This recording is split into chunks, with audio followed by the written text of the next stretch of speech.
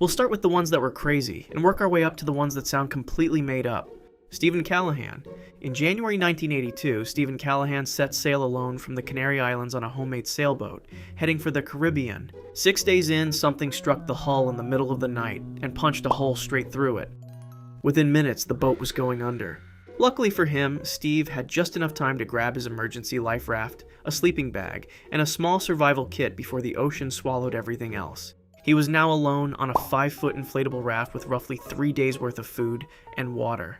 He fashioned a spear and caught fish and seabirds for food, used a solar still to convert salt water into drinking water, and patched his slowly deflating raft over and over as leaks kept appearing.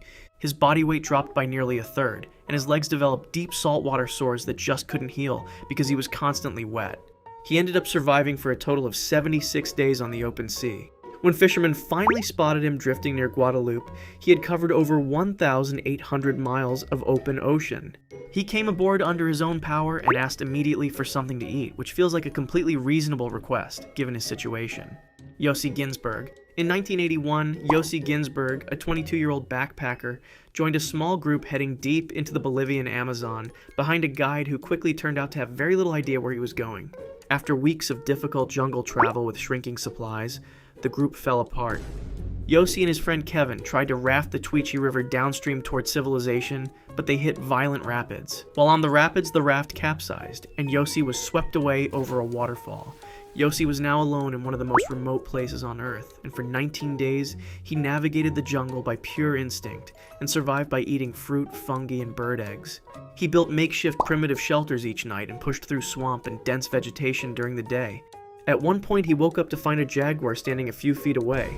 He scared it off by shouting and throwing his boot at it, which worked out, though risking your only boot in the jungle is a bold move. He also contracted a severe fungal infection that began eating through the skin on his face. His friend Marcus eventually organized a search party and found Yossi barely standing on a riverbank, 19 days after the river had separated them.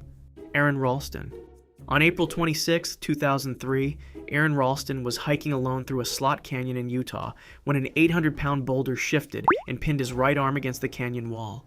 He had not told a single person where he was planning to go. So, for 5 days he chipped at the boulder with a dull multi-tool, rigged a rope pulley to try shifting it, and rationed a small amount of water until it ran out entirely. He filmed video messages to his family that he genuinely thought would be the last record of his existence. By day 5, his arm had begun to decompose around the rock. Dehydrated and out of options, he decided to leave it behind, and while I won't go into the gory details, you could only imagine what he did. The whole process took just under an hour, and by the end of it, he only had one arm. He then rappelled down a 65-foot drop and hiked 5 miles through the desert before a family found him and called a rescue helicopter. He later said freeing himself felt like one of the best moments of his life. Hugh Glass. In August 1823, Hugh Glass was part of a fur trapping expedition through South Dakota when he came face to face with a grizzly bear. The bear attacked him before anyone could react, and by the time the group pulled the bear off of him, he had exposed ribs, severe wounds across his back, and his scalp was partially torn from his skull. Everyone expected him to die within hours. 2 men were left behind to stay with him until the end and bury him. Those 2 men waited a few days, took his knife and rifle, and abandoned him. He regained consciousness entirely alone, and at that point his wounds were infected and crawling with maggots, which he left in place because they were consuming the dead tissue and actually slowing the spread of infection. He splinted his broken leg with sticks and cloth, dragged himself to the Cheyenne River, built a raft, and floated downstream. He survived on berries, roots, and scraps left behind by wolves. After 200 miles and roughly 6 weeks, he reached Fort Kiowa alive and spent months recovering before setting out to find the men who had abandoned him. Juliane Koepcke. On December 24, 1971, Lanza Flight 508 was struck by lightning over the Peruvian Amazon and broke apart mid-flight. 17-year-old Juliane Koepcke was still buckled into her row of seats when it separated from the aircraft. She fell approximately 2 miles before the seat assembly plunged into the forest canopy, which slowed the impact enough that she survived. She woke up the next morning on the jungle floor with a broken collarbone, a cut on her arm, and one eye swollen shut. She was the only survivor out of 92 people on board. She found a small bag of candy near the wreckage and basically had nothing else. Her mother, a biologist who had lived in the Amazon for years, had once explained to her that following a stream downstream always leads to a larger river, and rivers lead to people, so she did exactly that, and went downstream for 11 days through jungle and swampland, while a maggot infestation slowly developed in her open arm wound.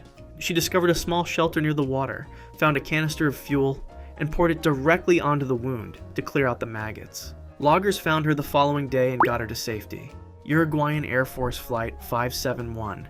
On October 13, 1972, a Uruguayan Air Force plane carrying a rugby team crashed into the Andes Mountains. 12 people died on impact. More died in the following days from injuries and an avalanche. The 16 people who ultimately survived were stranded at nearly 12,000 feet elevation with no proper clothing, no food, and nighttime temperatures dropping well below minus 30 degrees Celsius.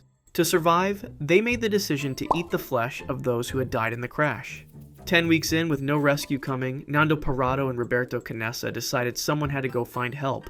So, with no map, no mountaineering gear, and no experience at high altitude, they trekked approximately 38 miles through the Andes, on foot over 10 days in heavy snow and brutal cold. They descended into a Chilean valley, found a man on horseback who got word out, and rescue teams were dispatched. All 16 survivors still on the mountain were brought home safely.